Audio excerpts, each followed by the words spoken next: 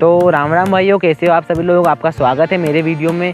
तो ये मेरी लाइफ का फर्स्ट व्लॉग होने वाला है। तो उम्मीद है कि आप लोग मेरे इस व्लॉग को लाइक और चैनल को सब्सक्राइब जरूर करोगे। मैं भी एक छोटा सा सपना लेकर आया हूँ कि मैं एक व्लॉगर बन जाऊँ। तो उम्मीद है कि आप लोग मेरा सपना पूरा करने में मेरी सहायता ज़रूर करोगे। और मेरा नाम की बात की जाए तो मेरा नाम अनिकेत है और मैं मध्य प्रदेश के एक छोटे से गाँव से बिलोंग करता हूँ। और मेरे मम्मी पापा फार्मर करते हैं, मतलब खेती करते हैं।